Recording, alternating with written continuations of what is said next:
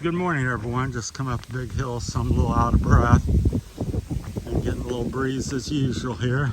So hopefully the wind noise isn't a problem.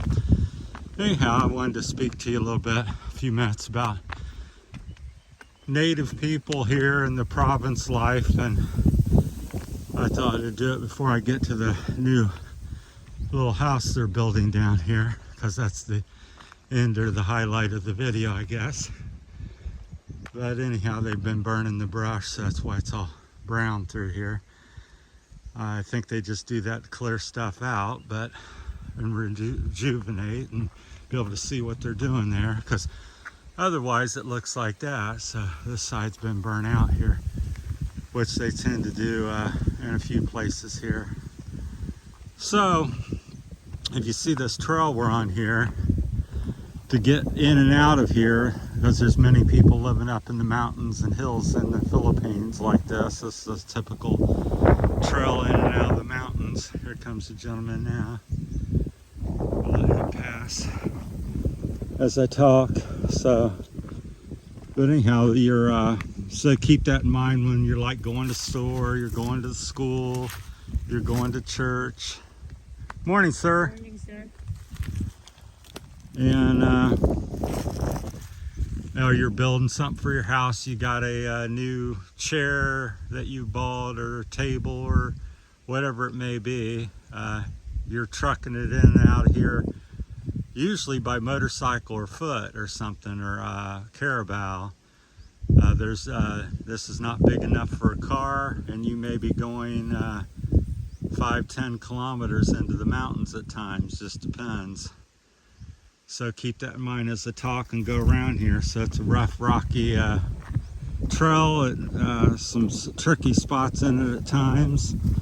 This is not too bad. Of course, in the rainy season, which is like 7 months out of the year, you know, you got puddles and mud and slick conditions, and you're on most of them ride like a old Honda road bike style, with very little knobby to street tire on it. Doing all this, and you do this day in and day out. Here they've been harvesting the grass to make things for, or making charcoal or whatever.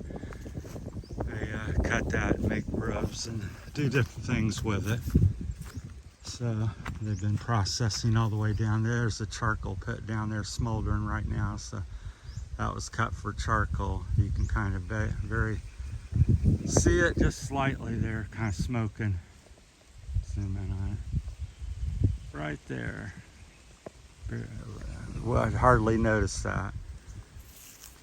So down here at the end of the trail, they're building a little native style house. So kind of, the cement ones are hollow block, or more modern. A lot of the times they use just bamboo, which is local, and they harvest it somewhere close and convenient and free. But this one's hollow block and cement. So they've taken each block and put it on their bike probably, and hand carried it, or a few blocks at a time up these hills. And there's much bigger hills. This is just a little rocky one, but you can see how rough it is. And they get all this material back here, is what amazes me. So at the end of this video here, shortly, hopefully in the next minute or two, we'll come to the new house build and show you that at the end. So I think we got a couple little knolls to go. But so that's quite amazing. So, and they do have electricity here. Let's see, there's the pole. The government's ran that. It's kind of a nicer one. A lot of times it's just a bamboo pole stuck in the ground, or the lines taped to a tree. That one's on a made for electricity metal pole. So that's actually made for that. So very modern. So that's kind of like their main line out this road here, this trail.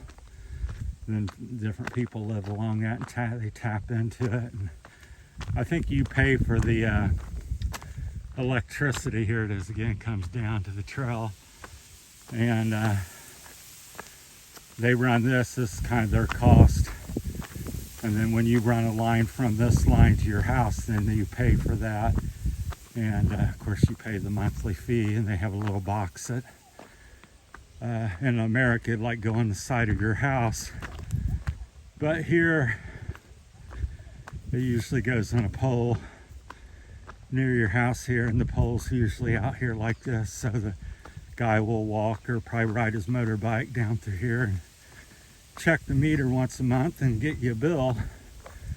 And speaking of that, the electricity here is fairly expensive. I think it's still cheaper than America. It's hard to judge because we don't have as much electronic devices here, so our bills at the couple places I've lived is about $3,000 averaging a month, which is about 60 bucks. So, and like I said, most people just got cell phones. They're not using dryers or washers, so forth and so forth. So it's fairly expensive, and 3,000 pesos is a great bit of money here in the Philippines. So to people making 250 pesos or 500 a day. Got a biker coming beyond here. So here's the end of kind of the video, what I wanted to show you. I'll let this person pass me. It's a good example. Hey, morning. Trucking in and out of to work and school and whatever you do. That's a perfect example right there in the morning. So got the backpack on. I'm not sure what he's doing, if he's dropped his kids off or picking them up for school or going to work somewhere back here. But here's a new home, native style home going in, a little bit more modern because they're not using as much bamboo on it. I'm sure they will. But so again, see that motorcycle that went by? Imagine trucking all this block. Didn't come in on a truck back here. It came on, on a bike or somebody carrying it, or carabao. So I think it's the people or relatives to the people over on this other knoll over here, just about a few kilometers away, that relatives are building this or something. So I think they're related because they look like they go back and forth. So they've been working on this a couple months, 2 or 3 months. This is the inside. They may have something else additional. So it's pretty small. It's I'd say it's about 10 by 12.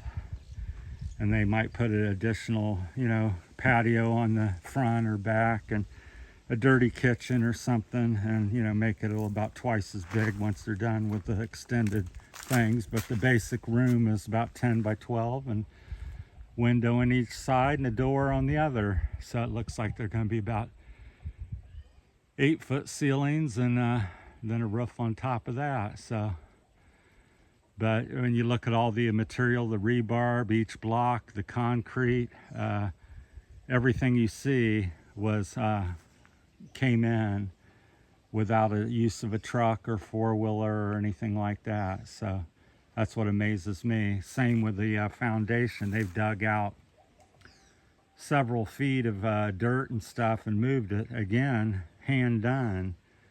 You can kind of see here on the back they dug in. Let me get over here. Oh, probably about I would say at least 1 meter down to get the footing. All that was hand dug. Shovel, some type of makeshift shovel in some cases, and a steel bar to dig out the big rocks you find here. So that's life and what people tend to do here still this day and age in the province in the Philippines. So we'll get back here. There, speaking of bamboo, there's a stand here. There's one there. There's about a dozen of them here. And so that building material is widely used and heavily used. And many homes are just made of bamboo for that reason. It's cheap, it's local, and wood is hard to come by. So you can see most of the trees around here in the mountains have been harvested. There's very few left, which is another topic for another video. But so that's province life, and so it just always amazes me when I think of all these things just hand done, the bricks, hollow block hand brought in. The material here was hand brought in bags. They had a big pile of stone and stuff to make the cement. There was like a 2 meter tall pile, all hand done, brought in these sacks, rice sacks. So just amazing. Most of the stuff's cut by either chainsaw or bolo, which is like machete. So, all right, I just wanted to highlight that. Or keep an eye on the people here, the building, and maybe introduce them if we get a chance. So, thanks for watching, everybody. Hope you enjoy. Thanks.